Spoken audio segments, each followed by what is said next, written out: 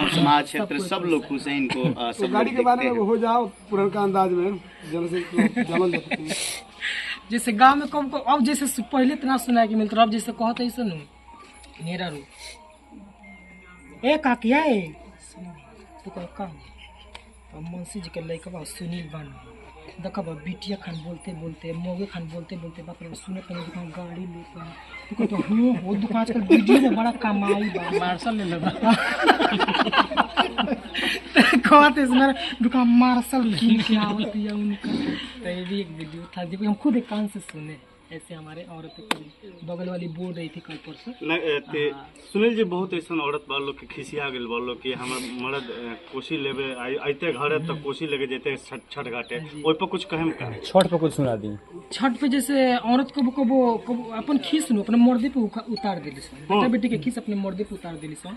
जैसे मेहरारू कब कैसे फोन लिए का थोड़ा सा मेरे को फोन कोई दे दीजिए, हाँ फटाक से दीजिए फटाक से दीजिए। जैसे मेहरारू कुल का है जगह हो फोन रखे के मेहरारू कुल का कोनो काम खूब करत रही से वही बीच में कहिए सो के कर फोन करी आ देखो पापा हो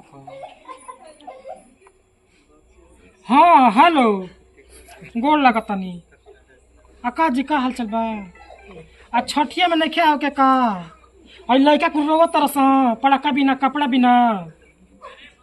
हाँ तू कहीं अच्छे ते देख तनी छुट्टी लेनी तो ले आ जानी टाइम से। तो वही फोनवा में कह तरी अरे छोड़ के यार अब करे परब अरे अइबा कि ना अइबा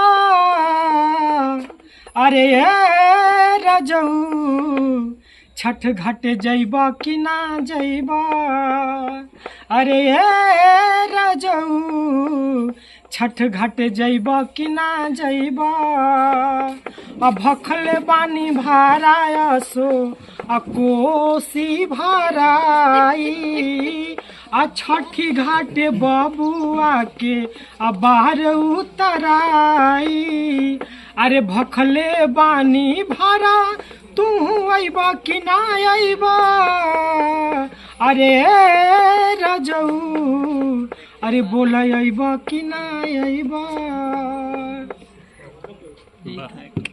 चलिए अंत में तमाम चैनल आपके दरवाजे पर आया, सभी चैनलों के माध्यम से लोगों को क्या कहेंगे, दर्शकों को क्या कहेंगे?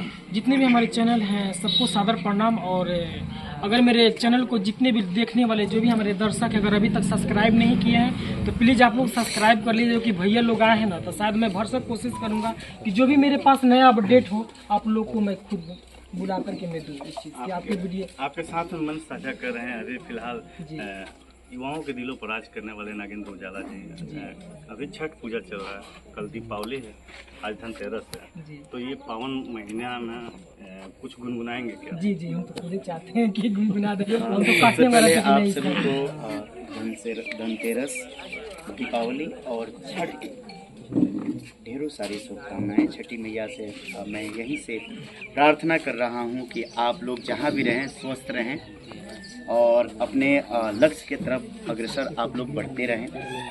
लक्ष्मी मैया का आपके यहाँ हमेशा वास रहे, कुबेर जी की तरफ से हमेशा धन की बारिश होते रहे, खजाना हमेशा जो है आपका जो है भरा रहे। और छठ पे मैं एक गीत सुनाऊंगा आप सभी को। इस गीत को मैं गाया हूँ भोजपुरी में। एगो औरत बाड़ी उजन बा प्रार्थना कैले रहता है, हखौती कैले रहता है कि हमार गोद भर जाई, घर में एगो होरिला हो जाई हैं, बेटी हो जाई हैं, तो हम जौन बा कोसी भरे। हमने के यहाँ देहात में जब कोनो शुभ काम होला तो कोसी जौन बा भरल जाला, ब्याह शादी होला कोसी भरल जाला, घर बनेला कोसी भरल जाला, औलाद होले तो कोसी भरल जाला। तो कन्या मंगले रह तारी, जब वो घर में जौन बा पुत्र के जन्म होता तो कौनिया उ जौन बा छठी मैया से का कह तारी, कौनिया कह तारी, एक लाइन गुनगुनाए